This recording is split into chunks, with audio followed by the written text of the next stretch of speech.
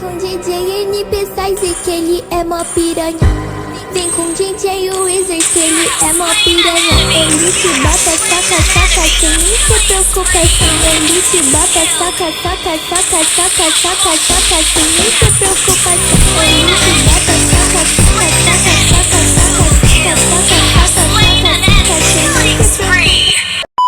Bago natin umpisahan, kung makikita nyo, nasa top 33 na ako sa barangay namin. Dito ginamit ko yung Smurf account ko at makikita nyo dito yung mga ibang nangyari. Nag-show na ako dito ng win rate ko sa jungle at gusto din dito mag-jungle ni S4 kaya hindi ko siya pagbibigyan dito. Dito banin palang nag-show na agad ng matches at win rate si S3 pero hindi ko pa rin ibibigay sa kanya yung jungle. Nag-chat dito si S1 na mag-adjust na lang sila at sumunod naman.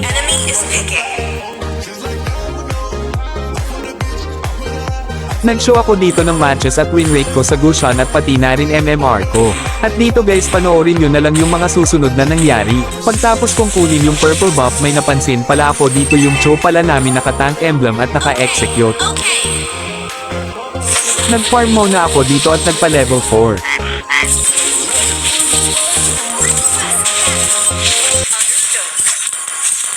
Pagtapos ko pumunta na agad ako sa XP lane kasi dalawa yung kalaban dito ni Cho kaya mahihirapan siya dito.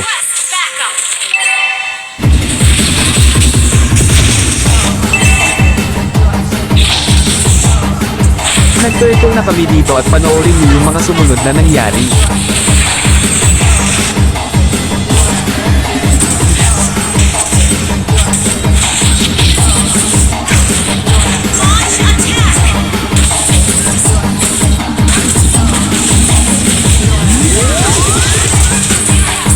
Pagpunta ko sa XP lane, 3 minutes pa lang na-push na agad ng kalaban namin yung Torres.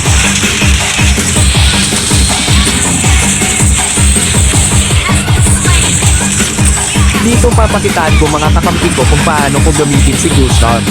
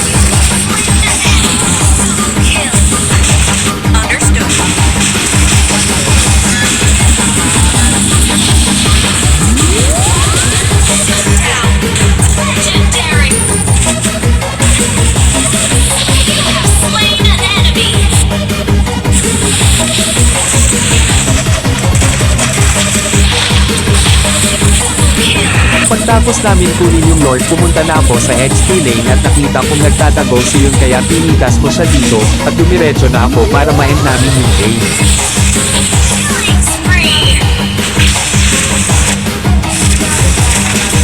Dito tinapos na namin yung game at panoorin nyo ulit yung next video.